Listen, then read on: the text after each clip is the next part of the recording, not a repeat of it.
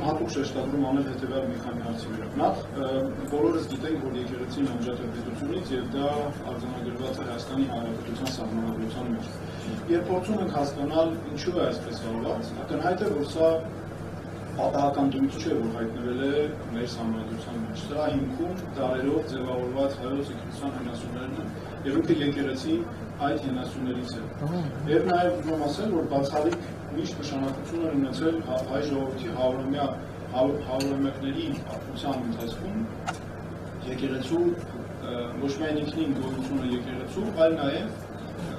հոգևոր առաջնորդների, աշխարհիկ եւ հոգևոր առաջնորդների համատեղ գործունեությունը, որոնք ոչ միայն ձևավորել են հայոց ինքնության հոգևոր բաղադրիչները, այլ նաեւ կարևոր նշանակություն են ունեցել նաեւ իրավաքաղաքական համակարգի ձևավորման համար։ Օրինակ, մի քանիսը ընդհանրապես առանձնացնեմ, մեծագույն նշանակություն են ունեցել Աշտիշատի, Անի, Քվինի, մի շարք այլ եկեղեցական ժողովները, դրանք անգամ եղել են սահմանադիր ժողովներ, կամ կանոնագիր հայոցը, Սահակ Պարթևի Մխիթար Գոշի ներսեր շնորհալու իրավագիտական հսկայական ժառանգությունը, Նարեկացու Մատյանը, այսինքն սրանք այնպիսի բացառիկ աղբյուրներ են, որոնք հնարավորություն են տալիս մեզ իրապես հասկանալ հայ-առաքելական, հայաստանյան առաքելական Սուրբ եկեղեցու բացառիկ դերակատարությունը հայ ժողովրդի պատմության կյանքում։ Դրա համար է նաև, որ հայոց եկեղեցին իրավամբ համարվում է ազգային եկեղեցի, այսինքն սրանք նույնպես հենց այնպիսի այսպես օտոմարված հայտարարություններ չէ։ Ես հիմա վերադառնամ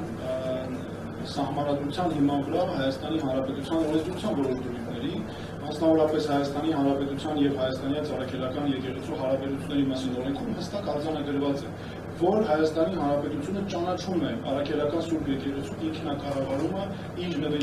նվիրապետության սահմաններում։ Դրանից բացի, երբ փորձում ենք հասկանալ, թե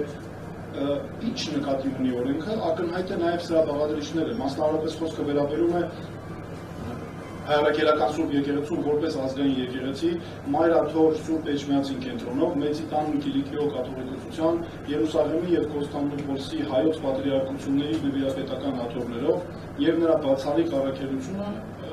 ըստ այդմ ճանաչվում է հենց որպես ազգային եկեղեցի։ Այս մեխանիզմը միանգամայն համապատասխանում է միջազգային չափանիշներին։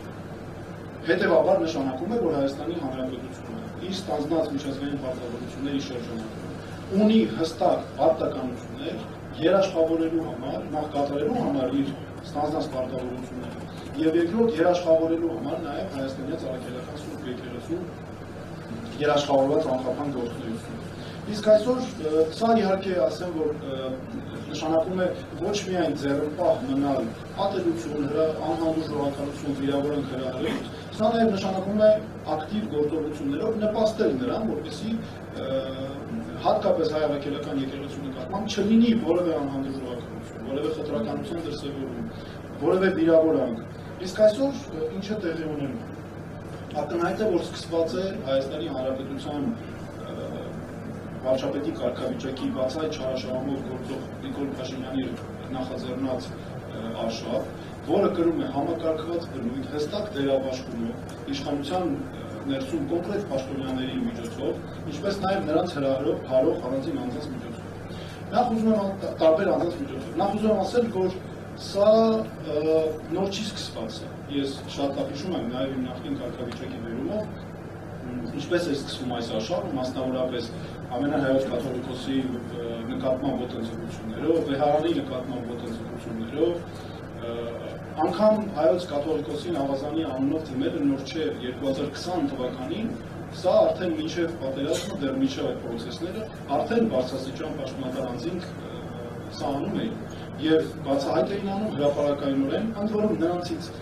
նրանք բոլորը մնացել են մինչ այժմ անպատասխան, թե ոտնձգողները, թե կոնկրետ բարձրաստիճան պաշտոնատար անձինք, որոնք հրահրում էին դա։ Եվ ակնհայտ է, որ այս պրոցեսը ունի եւ ունեցել է իշխանության բացահայտ հովանավորություն։ Իսկ ինչու է նաեւ առհասարակ միջազգային սկզբունքներից տեսանկյունից մեծագույն նշանակություն ունի հանդուրժ ժողովականությունը հատկապես կրոնական հարցերում, հատկապես եկեղեցական կրոնական կազմակերպությունների, չեմ խոսում հայ առաքելական եկեղեցու մասին։ Սա նրա համար է, որ այս հարցերն այնքան զգայուն են, որ սրանք ոչ միայն պարակտում են առաջացնում հասարակությունում, ոչ միայն սրանք քանդում են ներսից, քայքայում են հասարակությունը, այլ սրանք բռնություն հրահրելու ամենահեշտ ու ամենացավոք սրտի, ամենադաժան եղանակներն են, որովհետև այս հիմքով, ատելության հիմքով առաջ եկող բռնությունը, բախումների հրահրումը, որ ակնհայտ է հստակ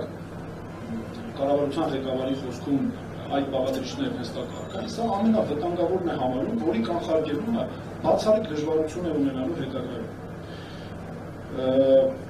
Ինչ է հիմնական դիսկուրսներից կամ այսպես խոսություններից մի քանիսն առանձնացնել։ Նախ ասում է, թե սա անձերի մի քանի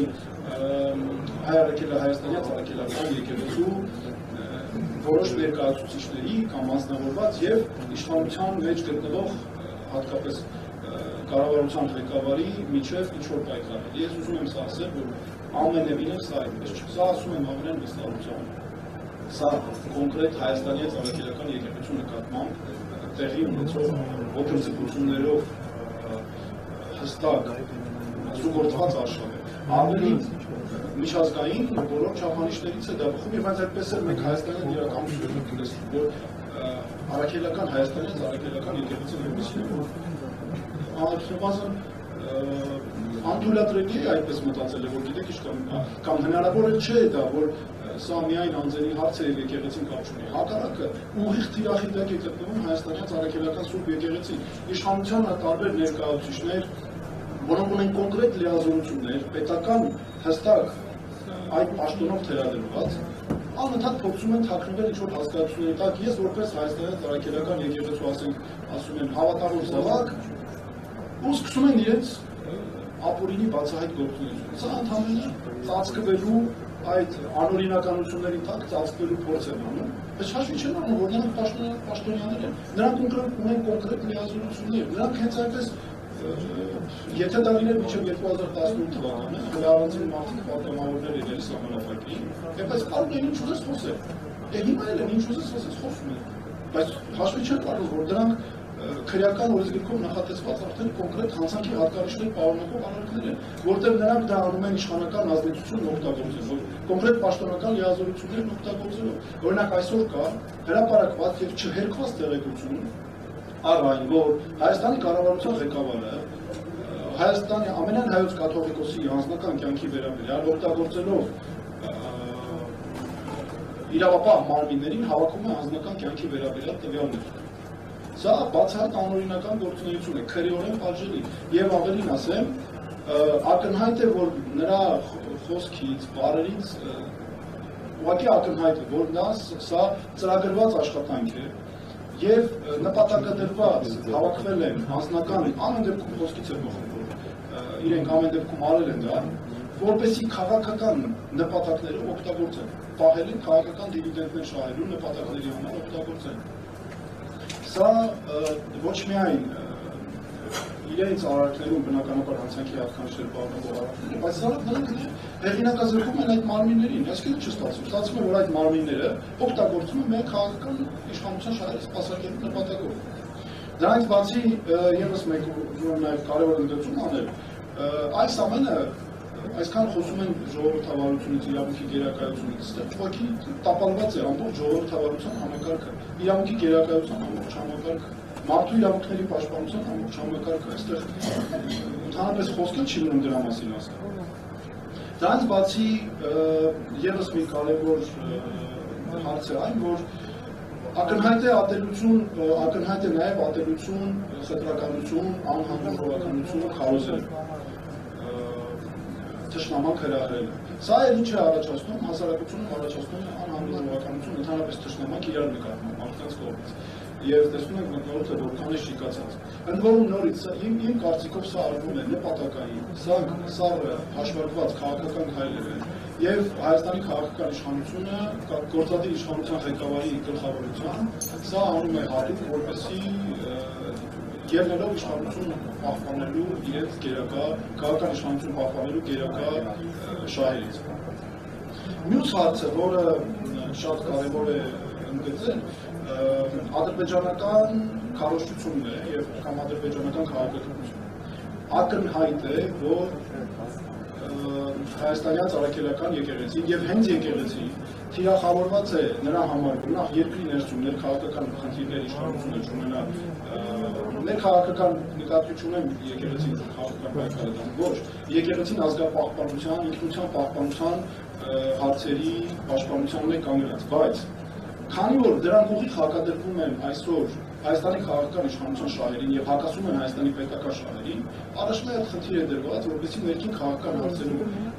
օրակարգեր տարբեր առաջնորդներու հարցում խոչընդոտներ չունենան, վերացնեն պարզապես այս իրենց համար խոչընդոտները։ Մյուսը արտաքին քաղաքական օրակարգերն են։ Այստեղ շատ ճիշտ ասվեց, որ եկեղեցին իր թեմերով, նվիրապետական անդրադառնալով, առաջնորդանիշներով աշխարհասփյուռ հայությանը համախմբող եզակի այն ազգային հաստատությունն է, որ կա, եւ եկեղեցին դարերի վեր ոչ միայն ունեցել է համախմբող նշանակություն, այլ նաեւ մեծ դեր է ունեցել մեր ժողովրդի իրավունքների պաշտպանության համար ամբողջ աշխարհում։ Եվ այսօր էլ հայ առաքելական եկեղեցին զբաղված է նաև հայ ժողովրդի իրավունքների պաշտպանությամբ։ Մենք ինքս իմ գործընկերները, բազմաթիվ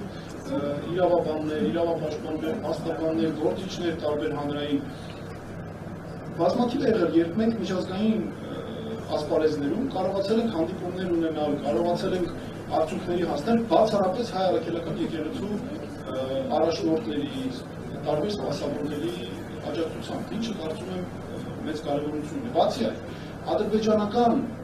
իշխանության այսօր գլխավոր թիրախներից մեկը Հայաստանի առաքելական եկեղեցին։ Նրանք պաշտոնապես ոչ թե թղթի վրա, դոկտրինալ, ոչ թե ինչ-որ լրատվամիջոցներում արկա հրապարակումներով, այլ պաշտոնապես երկրի բարձրագույն իշխանության մակարդակով հայտարարել են, որ Հայաստանի առաքելական եկեղեցին իրենց գլխավոր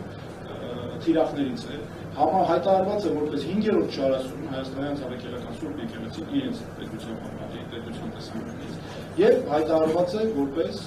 պայքարի գլխավոր թիրախներից մեկը։ Իրենց խոսունքն այնպեսին է, որ ոչ միայն հարատավորում է նվաստացնում է հայ ժողովրդի արժանապատվությունը, պատիվը եկեղեցին, այլ նաեւ հստակ նպատակադրված գնում են առաջ հետագայում այսպես կոչված արևմտյան ադրբեջանցիների այսպես կոչված վերաբնակեցման պայմաններում, ինչի նպատակը կա եւ Հայաստանի իշխանությունների քաղաքականությունը միանգամայն տանում է դրան, որպեսզի դրա հետ կապված խնդիրներ չլինեն։ Ավելին, վերջերս նրանց հոգեվոր առաջնորդը հայտարարեց, որ ստեղծվում են համապատասխան թեմեր կամ իրենց կառույցները պետք է ստեղծվեն գործեն Երևանում եւ Էջմիածնում։ Սա անում են ընդառաջ նրա, որպեսզի այդ մարդկանց այսպես կոչված բնակեցման կամ վերաբնակեցման արդյունքում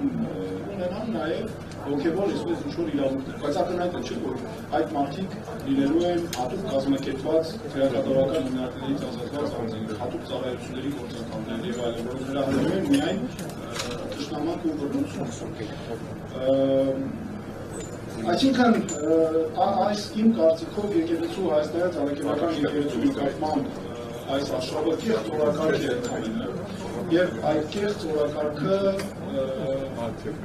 նրա համար է ստեղծված, որպեսզի ուշադրությունը նաեւ շեղել այն կարևորագույն մեր ինքնությանը սպառնացող այն կարևորագույն մարտահրավերներից, որոնք այսօր կան եւ թողած անվտանգության այնպիսի հիմնահարցեր, ինչպիսին Հայաստանի սահմանների օկուպացիան է, այնպիսի հարցեր, ինչպիսին Հայաստանի բնակիչների, սահմանային բնակիչների կյանքը ուղղակի աղետի վերածված է ուղղակի Հայաստանի սահմանային բնակավայրերում, որոնց անմիջական հարևանությամբ ներխուժացել եւ գտնվում են ադրբեջանական զինծառայողները։ Չգիտեմ, տարբեր այլ հարցեր, աշխարհակաղակական խնդիրներ, որոնք ուղիղ սպառնում են Հայաստանի անվտանգությանը, այսօր Հայաստանի իշխանությունը զբաղված է կեղծ օրակարգեր ստեղծելով եւ թիրախավորելով այլ եկեղեցիներ, որտեղ ուզում են նեղ քաղաքական ու նաեւ անձնական նպատակներ։ Շնորհակալություն։